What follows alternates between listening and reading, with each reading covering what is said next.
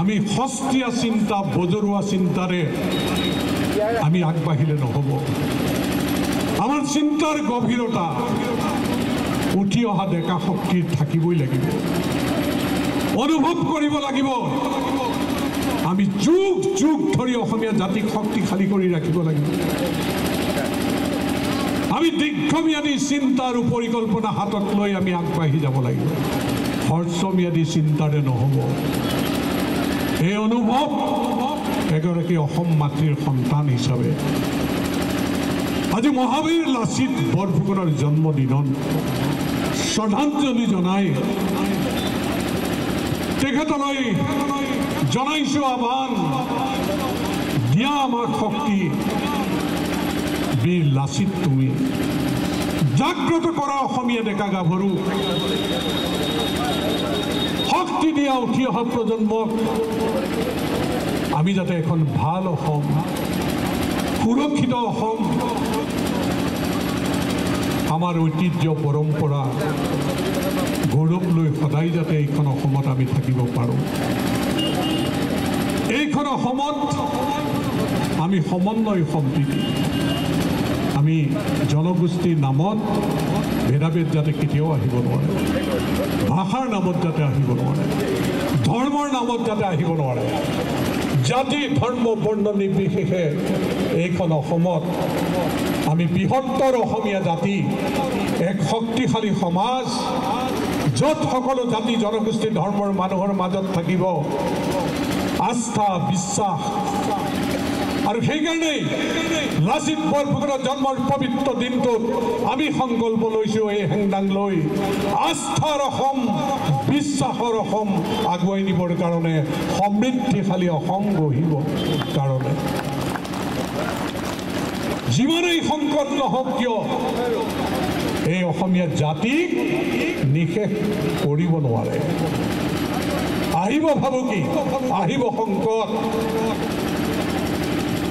ৰূপকৰ জ্যোতিপ্ৰসাদ আগৰৱালা বিষ্ণু ৰাভাই বহু জাতিটোৰ কাৰণে লিখি থৈ গৈছে শেষত মই দীঘলীয়া বক্তব্যৰে আমনি কৰিব নিবিচাৰোঁ মই ৰূপকৰ জ্যোতিপ্ৰসাদ আগৰৱালাৰ কবিতাৰ এটি কলিৰে আজি এই ঐতিহাসিক দিনটো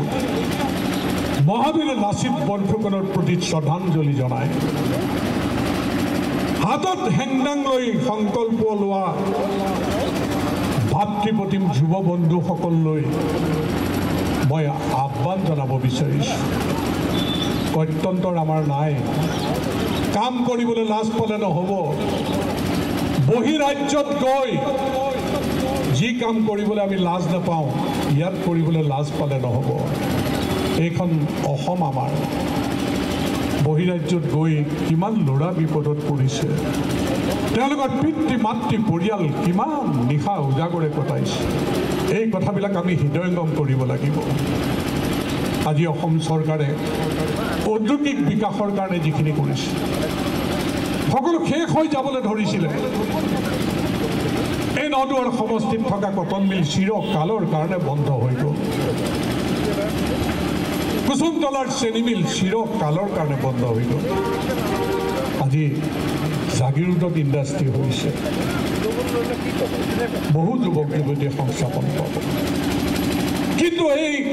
নদুৱাৰ সমষ্টিত চকীঘাট অচিনাকি মানুহ ভৰি আছে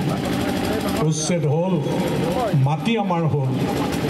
52টা গোট আমি বনালোঁ 520 জন ল'ৰা আমি একত্ৰিত হ'লোঁ কামৰ স্পীড লগাব লাগিব কিন্তু এই মাটি উদ্ধাৰ হ'ল আজি নৰ্থ ইষ্টৰ ভিতৰত প্ৰথম টাইলছ ইণ্ডাষ্ট্ৰী এই চকীঘাটত হৈছে হয়তো 2 মাহৰ 3 মাহৰ ভিতৰত কমপ্লিট হ'ব কেইবাশ যুৱকে বহিৰাজ্যত নগৈ ল'ৰা ছোৱালী ইয়াত সংস্থাপন পাব লিমকাৰ দৰে ইণ্ডাষ্ট্ৰী এতিয়া পইচা জমা দিছে ইয়াত ইণ্ডাষ্ট্ৰী কৰিবৰ কাৰণে 2000 বিঘা মাটি আমি মেগা ইণ্ডাষ্ট্ৰিয়েল পাৰ্ক কৰিবৰ কাৰণে মুখ্যমন্ত্ৰী ডাঙৰীয়াক আহ্বান জনাইছোঁ আমি মাটি হস্তান্তৰ কৰিবৰ কাৰণে এই মাটি যদি আমি ৰক্ষা নকৰিলোহেঁতেন নহয় অচিনাকি মানুহৰ হাতত আমাৰ ল'ৰাৰ মূৰৰ তেজো গাৰ তেজ মাটিত পৰিছে দায়িত্বত থকা অচি চাৰ্কল অফিচাৰৰো তেজ মাটিত পৰিছে কিন্তু আজি আমি পিছ হুঁহকি নগ'লোঁ আমি যেতিয়া আগবাঢ়ি গ'লোঁ সেয়া মাটি আমাৰ হ'ল আমাৰ হৈ আছে ইয়াতে মেগা ইণ্ডাষ্ট্ৰিয়েল পাৰ্ক হ'লে হাজাৰ হাজাৰ ল'ৰা ছোৱালী ইয়াত সংস্থাপিত হ'ব পাৰিব আৰু আমি যোনে পাৰে ইণ্ডাষ্ট্ৰি কৰিবলৈ আগবাঢ়ি আহিবলৈ আহ্বান জনাইছোঁ আমি উৎপাদনমুখী যাত্ৰাটো শক্তিশালী কৰিবই লাগিব বিশাল বজাৰ আছে ভৰলী পৰিয়া কন্যাকা বহুমুখী পামে আমি গাখীৰৰ দুগ্ধ বিপ্লৱ কৰিবলৈ ওলাই পেষ্টাৰাইজ প্লান কৰিছোঁ গাখীৰ বেচিবলৈ বজাৰৰ অভাৱ নাই আমি 50 টকাৰ ওপৰত ৰেট দি আৰু চৰকাৰেও 5 টকা ছাবচিডি দিছে হাতত হেংদাং লৈ আমি সেই কথাবিলাক আজি মনত পেলাবলৈ গৈছোঁ ইয়াত কোনো বেয়া দৃষ্টিৰে ল'ব নালাগে কাৰোবাৰ বিপক্ষে হেংদাং লৈছে এইটো নহয় আমি এইখন অসমৰ যুৱক যুৱতীসকলক সংগঠিত কৰি উৎপাদনমুখী যাত্ৰাটো শক্তিশালী কৰি পথাৰ বজাৰ দখল কৰিবৰ কাৰণে আজি একত্ৰিত হৈছোঁ সংকল্পবদ্ধ হৈছোঁ কোনো নেতিবাচক বাৰ্তা নিদিবলৈ নকৰিবলৈ মই আহ্বান জনাইছোঁ আমাৰ লক্ষ্য এখন সুৰক্ষিত অসম সমৃদ্ধিশালী অসম আমাৰ যুৱক যুৱতীয়ে যাতে বহিৰাজ্যত গৈ কষ্ট খাব নালাগে হাবু দাবু খাব নালাগে তাৰ কাৰণে অসমৰ মাটিত নিজৰ পৰিয়ালৰ লগত থাকি পেটৰ ভাত মোকলাই আমি অৰ্থনৈতিকভাৱে সচ্ছল এক অসমীয়া জাতি হিচাপে প্ৰতিষ্ঠিত হ'বলৈ আজিৰ দিনটোৰ এই সংকল্প কিমান আগবাঢ়ি যাব পাৰিম ইয়াৰ হিচাপ নিকাচ অহাবাৰ লাচিত দিৱসৰ দিনটোত হ'ব আমি কিমান আগবাঢ়িম আজিৰ দিনটোৰ পৰা এই হেংদাঙৰ সংকল্প আমাৰ আজি আমি এই শৌৰ্য বীৰ্য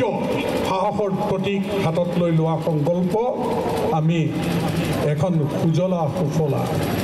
অসম গঢ়াৰ কামত আমি খোজ দিয়াৰ সংকল্প সমৃদ্ধিশালী অসম গঢ়াৰ সংকল্প আমি যদি এনেকৈ আগবাঢ়ি যাওঁ জাতিটো কোনেও নোৱাৰে আৰু সেইকাৰণেই মই কওঁ মই যুদ্ধৰ কথা কওঁ ৰণৰ কথা কওঁ বোলে পদ্ম হাজৰিকা হাতত হেংদাং লৈ সংকল্প লোৱাইছে সঁচাকৈ হেংদাঙৰে যুদ্ধ কৰি দিব লাগিব যুদ্ধটো পথাৰ বজাৰ দখল কৰা যুদ্ধ উৎপাদনমুখী এক পদক্ষেপৰ যুদ্ধ গুৰুজনাৰ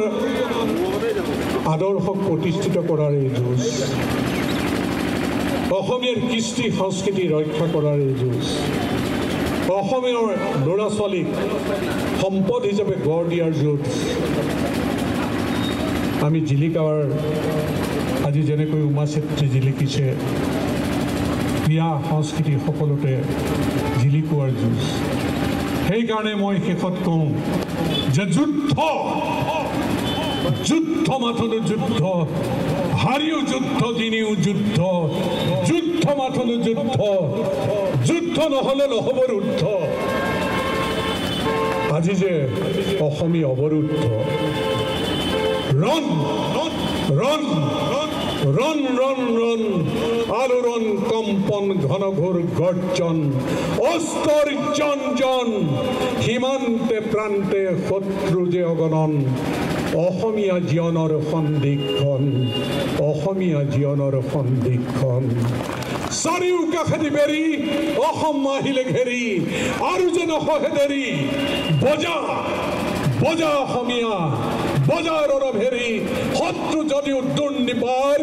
হৈ যাব চাৰখাৰ হৈ যাব চাৰখাৰ হৈ যাব চাৰখাৰ শত্ৰু চাৰখাৰ হৈ যাব খালি আমাৰ লুইত আৰু বৰাকৰ পাৰত বসবাস কৰা সকলো জাতি জনগোষ্ঠী আস্থা আৰু বিশ্বাসৰ পৰিৱেশৰ মাজেৰে আমি ঐক্যবদ্ধভাৱে আমাৰ পথাৰ বজাৰ দখল কৰা এই যুঁজখন আমি ঠিকমতে কৰিব লাগিব। নিজৰ ভিতৰত মাৰপিট কৰি নহয়, আমি উৎপাদনমুখী যাত্ৰাটো শক্তিশালী কৰিব লাগিব। আৰু সেইকাৰণে আমি কোনো হাজিৰা কৰা মানুহৰ ওপৰত নিৰ্ভৰ কৰিলে নহ'ব, হাতে কামে নিজে কৰিব লাগিব। এতিয়া আৰু বাজক দবা নহয়, বজাও দবা, বজাও শংখ, বজাও মৃদং খোল, অসম আকৌ উন্নতিৰ পথত। জয় আই সম্বল, জয় আই সম্বল, জয় আই সম্বল। ধন্যবাদ।